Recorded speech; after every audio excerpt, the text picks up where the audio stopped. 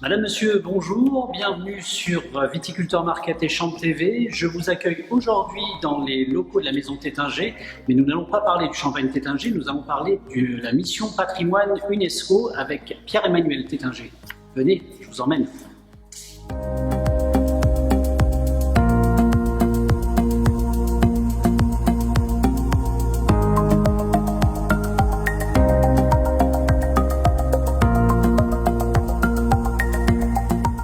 Pierre-Emmanuel Tétinger, merci de nous recevoir ici dans les fabuleux bureaux de la maison Tétinger.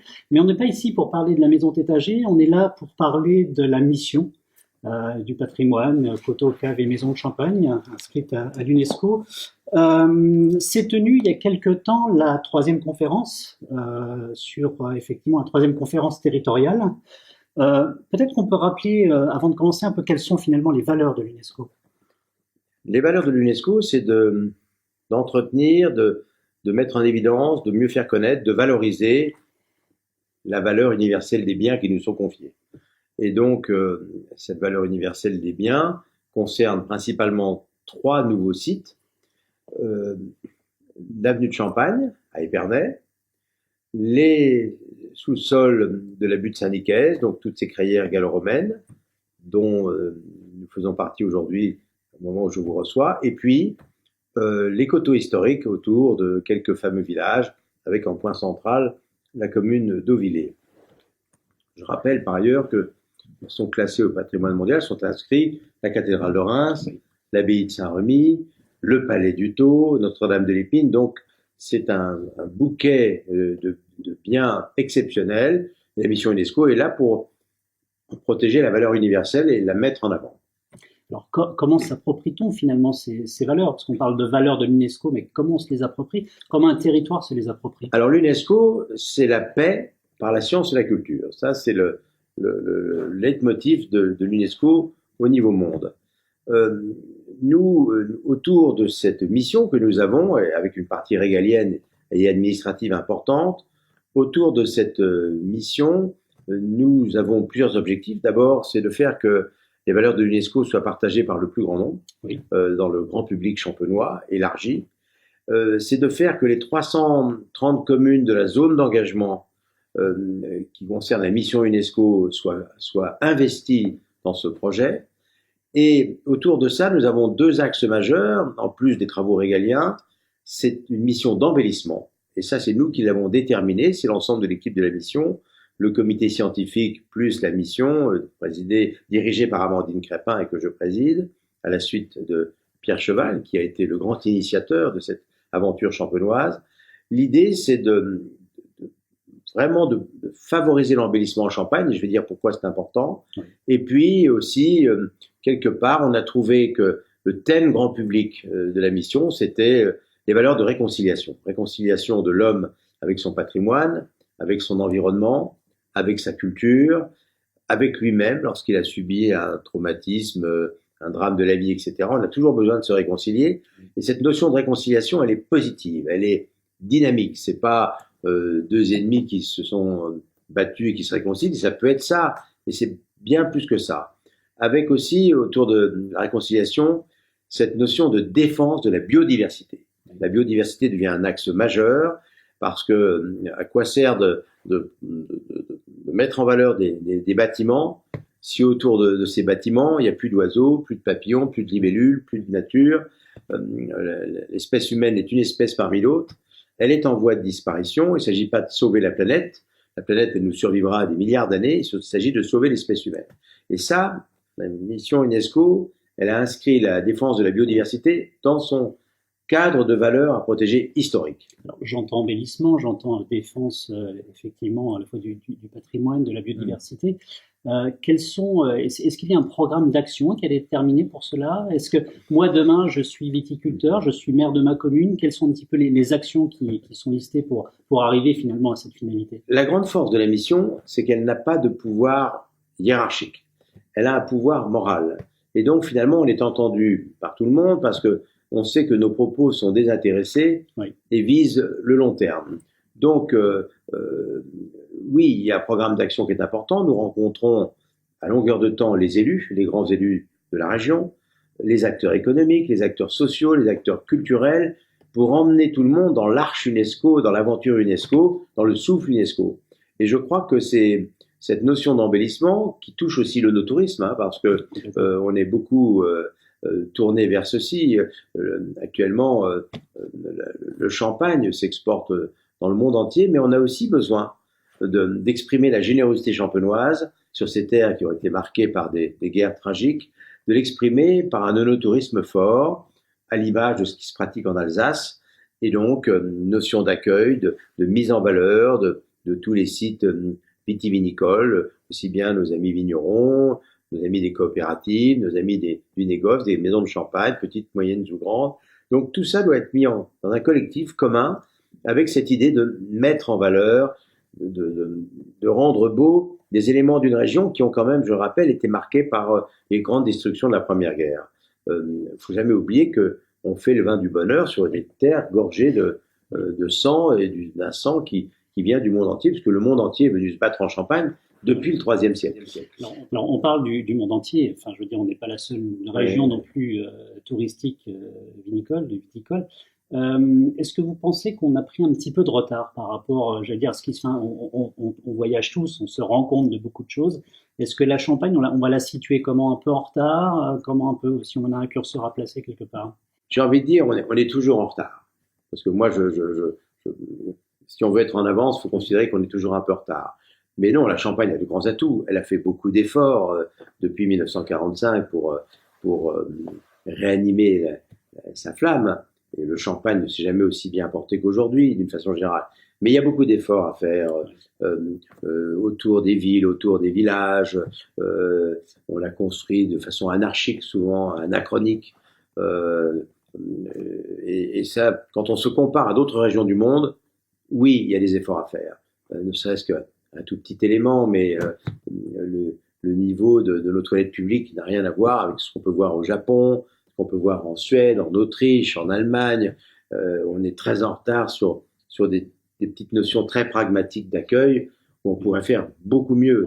Je visitais la région avec des amis asiatiques et bien m'en a pris de me balader forcément dans différents lieux estampillés UNESCO. J'étais un peu surpris de ne pas voir la signalétique en bilingue, en anglais et en français. Ça fait partie des thématiques sur lesquelles vous travaillez? Absolument. La signalétique est une donnée importante de la mise en valeur des biens universels et nous sommes en retard, non seulement en Champagne, mais dans toute la France.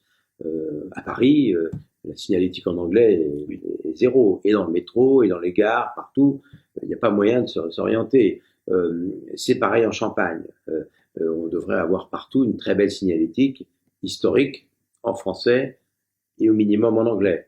Nous sommes en retard là-dessus et ce retard, nous entendons bien le combler. Alors il faut dire aussi que il y a des contraintes parce que c'est long de mettre des communes, des voies routières ou autoroutières aux normes.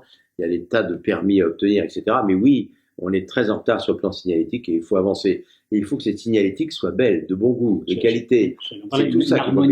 Une harmonisation. Voilà. La réponse, est-ce qu'il y a des fonds qui sont prévus pour aider les communes, pour aider les initiatives peut-être de viticulteurs aussi à faire des choses pour embellir, parce qu'on parle d'embellissement, pour embellir la région et harmoniser un petit peu l'effort aussi. On se rend compte que pour embellir, la question de l'argent est assez secondaire. C'est d'abord la prise de conscience qu'il y a quelque chose à faire, parce que souvent les gens ne voient plus ce qui se passe. Quand on a le nez sur l'assiette, on ne voit plus. La première chose, c'est la prise de conscience. Deuxièmement, la prise d'initiative. On se rend compte que moi, quand je dis à quelqu'un, écoute, tu pourrais faire mieux, tout, je n'ai aucun ordre à te donner, mais honnêtement, avant de quitter cette terre pour un monde meilleur, tu trouves pas qu'on pourrait améliorer ce portail, ce jardin, cet espace, etc., ce site? En général, avec de la force de conviction, on arrive à déplacer des montagnes.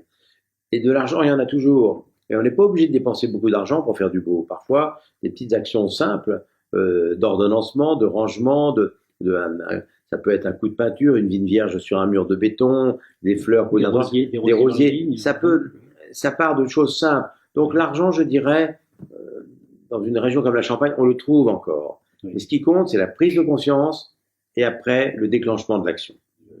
Ça veut dire aussi peut-être un effort aussi, alors certes d'embellissement, mais d'animation aussi, de proposer des choses qui soient un petit peu là, on va plus vers l'œnotourisme, donc c'est de proposer peut-être des choses qui soient raccord, bien évidemment, avec la région, mais aussi qui mettent en avant le patrimoine, qui mettent en avant aussi l'histoire. Alors, la mission UNESCO propose beaucoup de choses. Alors d'abord, elle est composée, il y a 2 personnes qui travaillent à plein temps, le reste sont des gens bénévoles, dont j'ai l'honneur de faire partie.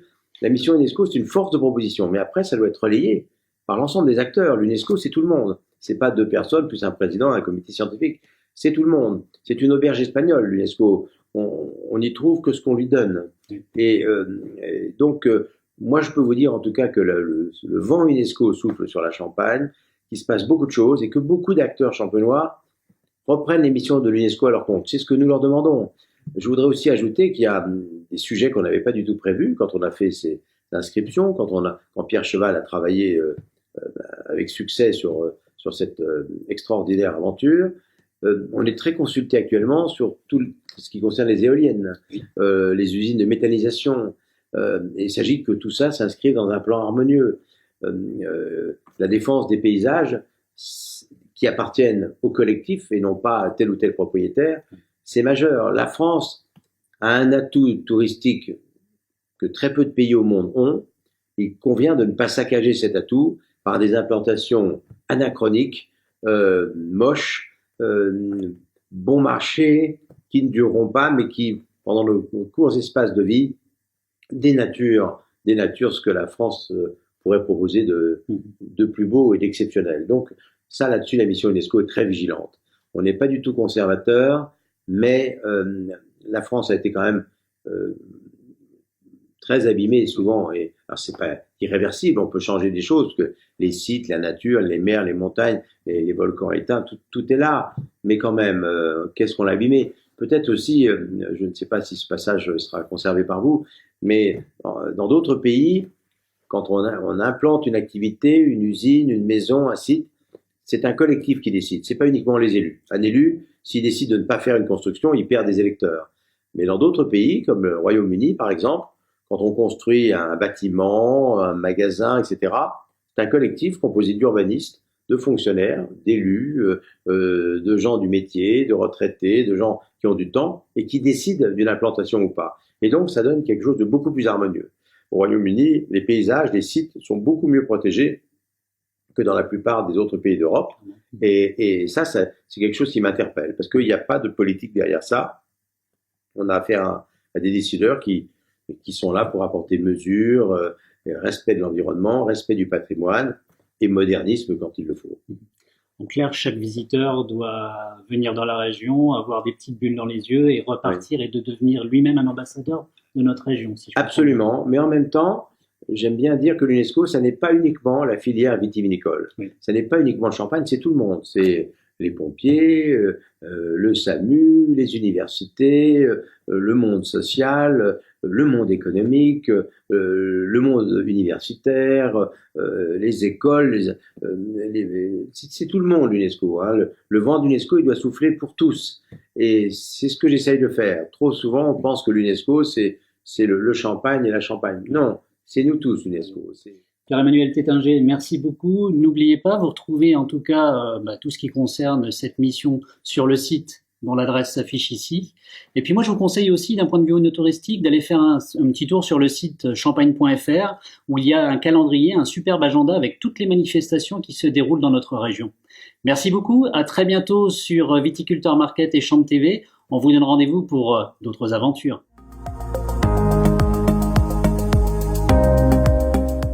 L'UNESCO, c'est un petit vent intérieur qui doit vivifier la flamme du beau.